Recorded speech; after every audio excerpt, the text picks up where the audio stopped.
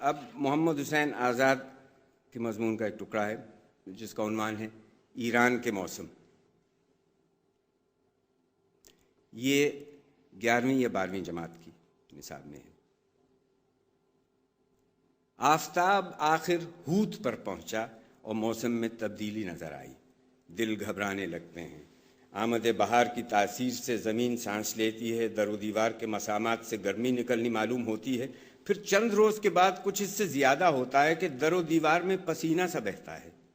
ساتھ ہی بہار کا موسم شروع ہو جاتا ہے. یا تو درختوں پر پتوں کا نام نہ تھا, سب شاخ بلور بنے کھڑے تھے اور زمین آسمان برف ہی برف نظر آتے تھے, یا برف باری موقوف ہو جاتی ہے 8-10 دن کے بعد. کبھی ایک ہلکا سا جھالا پڑ گیا, ورنہ برف برطرف. زمستاں موقوف. لوگ گھروں میں سکھڑے بیٹھے تھے, نکل کھڑے ہوئے. بند کام جاری ہو گئے. آسودہ حال لوگ گھوڑوں پر چڑھے, دوست آشناؤں کو لے کر باغوں میں گئے, بہانے منائیں. عورتیں بھی باغوں اور کھیتوں میں گئیں اور دل خوش کرنے لگیں. ادھر گلاب کھلا, ادھر بلبل اس کی شاخ پر بیٹھی نظر آئی. بلبل نہ فقط پھول کی ٹہنی پر بلکہ گھر گھر درختوں پر بولتی ہے, چہچہے کرتی ہے. گلاب کی ٹہنی پر تو یہ عالم ہوتا ہے کہ بولتی ہے بولتی ہے بولتی ہے. حد سے زیادہ مست ہوتی ہے تو پھول پر منہ رکھ دیتی ہے اور آنکھیں بند کر کے زمزمہ کرتے رہ جاتی ہے. تب معلوم ہوتا ہے کہ شاعروں نے جو اس کے اور بہار کے اور گل لالا کے مضمون باندھے ہیں وہ کیا ہیں اور کچھ اصلیت رکھتے ہیں یا نہیں. چنانچہ جب چاندنی رات ہوتی ہے تو چند آشنا ہم طبع ہم نفس زندہ دلی کی امنگ میں آ کر کہتے ہیں بیاید امشب شب گل کنیم. باغ جاتے ہیں, رات کو وہیں رہتے ہیں, بہار مناتے ہیں اور زندگی کی بہاریں لوٹتے ہیں. گرمی کا موسم آیا, رستے برف سے پٹے پڑے تھے, سب کھل گئے. کاررواں تیار ہوئے, سوداگروں نے دساور باندھے, کاریگروں کے کارخانے جاری ہوئے. درختوں پر میوے دانے ہرے دکھائی دینے لگے. پہاڑوں پر برفیں پگھلتی ہیں, جہاں باقی ہیں سبز مخمل پر سفید چادریں بچھی ہیں. چشمے بہہ نکلتے ہیں, دریا چڑھاؤ پر آ کر زور شور دکھاتے ہیں اور موجیں مارتے چلتے جاتے ہیں. نہریں بہتی ہیں, پانی کی چادریں اس زور سے گرتی ہیں کہ کان پڑی آواز سنائی نہیں دیتی. جگہ جگہ پر پنچکیاں چلنے لگتی ہیں. پانی آگے بڑھ کر آبادیوں میں آتے ہیں. گھر گھر گنگا بہتی ہے. باغوں میں میوے پک کر تیار ہو جاتے ہیں. بازاروں میں باسلیقہ دکاندار ایسی خوبصورتی سے دکانیں سجاتے ہیں گویا نعمت الہی کا نگار خانہ کھلا. باغ والوں کے گھروں میں باغوں سے کٹ کر میوے آتے ہیں. میوہ خانوں کے حجروں میں انگور, خربوزے, تربوز لٹکاتے ہیں کہ قندیلیں قمقمے نظر آتے ہیں. سیب, بہی, ناشپاتیاں اتنی ہوتی ہیں کہ دمبے اور بکریاں بھی نہیں کھا سکتے. زمین کھود کھود کر ایک ایک تہ بھسکی دیتے جاتے ہیں اور تہ بتہ جماتے جاتے ہیں. ہوا کی لطافت اور پاکیزگی یہ ہے کہ سڑنے نہیں دیتی بلکہ پرورش کرتی ہے. شہروں میں بازار گرم ہوتے ہیں, بھیڑ بھاڑ سے رونق ہو جاتی ہے. جا بجا مرزا منوش, خوش پوشاک, خوش وضع لوگ, خوبصورت لوگ پھرتے ہیں. تھوڑی دیر ادھر ادھر چلتے ہیں اور اس کے بعد پسینے پسینے ہو جاتے ہیں. دکاندار پہاڑوں سے برف کے ڈھیمے کاٹ کر لاتے ہیں. فالودے کی دکانیں سجاتے ہیں. تم نے پیسہ 2 پیسے دیے, اس نے کٹورے میں تھوڑا شربت انگور, تھوڑا برف کا لچھا ڈالا اور حوالے کیا. اتنے میں آفتاب میزان میں آیا, جاڑے کا پیام لایا. یخ بندیاں شروع ہو گئیں.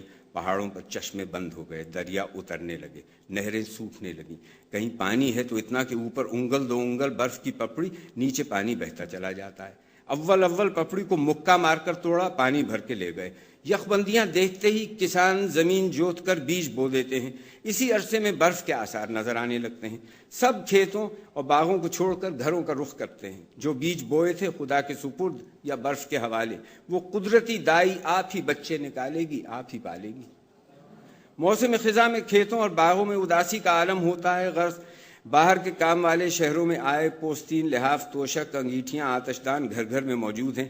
ضروری سامانوں کے ذخیرے بھرے ہیں. میوہ خانوں میں تر و خشک میوے دھرے ہیں. اتنے میں ہوا جاڑے کی سواری لائی. سناٹے چلنے لگے.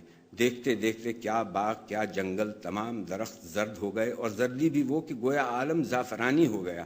بعض درختوں کے پتے ایسے سرخ ہو جاتے ہیں جیسے تپایا ہوا تانبا. دفتن ہوا بند ہوئی. ابر سا گھر آیا. دنیا دھواں دھار ہو گئی. پھر سفید غبار سا برستا معلوم ہوا. تھوڑی دیر بعد دیکھا تو زمین پر, کوٹھوں پر, دیواروں پر, منڈیروں پر کوئی سفید آٹا سا چھڑک گیا. برس کے ایک جھکولا برف کا اور پڑا. رات گزری، صبح کو دیکھا تو تمام درختوں پر برف ریز کا حکم پہنچ گیا. دوسرے دن ایک جھکولا اور ساتھ ہی ایک سناٹا ہوا کا آیا. پھر جو دیکھا تو درخت پر پتے کا نام نہیں. جو درخت ہفتہ بھر پہلے پتوں سے بھرے تھے اب خالی جھاڑیاں کھڑے ہیں جیسے کسی نے کپڑے اتار لیے، وہ بھی سیاہ رنگ جیسے بجلی مارا لوہا. ایک دو دن بعد برف برسنی شروع ہوئی، مگر کس طرح؟ جیسے کوئی آسمان پر بیٹھا روئی دھنک رہا ہے. ایک دن رات جو برف کا تار لگا تو در و دیوار، زمین آسمان تمام سفید. وہ سیاہ جھاڑیاں برف جم کر بلور کے درخت اور شیشے کی شاخیں ہو گئیں. پہاڑیوں پر برف کے پہاڑ چڑھ گئے، جنگلوں میں برف سے رستے رک گئے. سوداگر جہاں کے تہاں بیٹھ رہے. میدان، کھیت، گلی کوچے میں گھر گھر قد آدم برفیں چڑھ گئیں. بازاروں میں سناٹا، کارخانے بند، غریب کاریگروں کے کاروبار ان کے ہاتھ سے بھی سوا ٹھنڈے. کوٹھوں پر برف کے انبار ہیں، جلدی گراؤ نہیں تو گھر بیٹھا. امراء کے غلام، نوکر، مزدور لکڑی کے پنچ شاخیں اور پھاوڑیاں لیے ہیں، برف گرا رہے ہیں. غریب غربا اپنا کام آج ہی کرتے ہیں، پھر گھروں میں آگ گھستے ہیں. آگ بغیر گزارا نہیں، انگیٹھی بیچ میں لیے بیٹھے ہیں. جن کو خدا نے دیا ان کے آتشدان و بخاریاں روشن ہوتی ہیں. کمروں کے دروازے بند ہوتے ہیں، وہ گھروں میں دمبے کاٹتے ہیں، مرغ ذبح کرتے ہیں، نہیں تو گوشت کاٹ پلاؤ دم دیتے ہیں، اس کی یخنیاں پیتے ہیں. کلے پائے اور شب دیگیں پکا پکا کر کھاتے ہیں اور چائیں اڑاتے ہیں. لیکن باہر تمام عالم ایک ویرانہ ہے. کھیت اور باغ سب سنسان. گیدڑ، خرگوش، بلکہ چوہا تک جنگل میں نظر نہیں آتا، اپنے اپنے بھٹوں اور بلوں میں گھسے رہتے ہیں. ایک سال یہی جاڑے کا موسم تھا اور میں اسی ملک میں تھا. برفیں پڑ رہی تھیں، 2 مہینے برابر سفر کرنا پڑا. ایک دریا رستے میں ملا، اس پار سے اس پار تک ایک ایک تختہ آئینے کا تھا. شتری اور اسپی قافلے پیادہ اور سوار برابر چلے جاتے تھے. میں ایک بلند کنارے پر کھڑا دیکھتا تھا. چیونٹیوں سی قطار عجیب بہار دیتی تھی. رستے میں کئی منزلیں ایسی ملیں جہاں سرائے یا مکان کچھ نہ تھا کہ اس میں ذرا سر چھپا بیٹھے. زمین پر کمر کمر برف چڑھی تھی. ادھر ادھر پہاڑ برف سے سفید دکھائی دیتے تھے.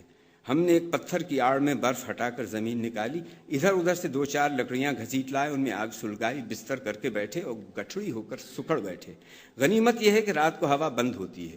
ہم 2 گھنٹے بعد اٹھ کر چائے بناتے، ایک ایک پیالی پی کر سینے گرم کرتے اور پھر پڑ رہتے تھے. خدا خدا کر کے صبح ہوئی.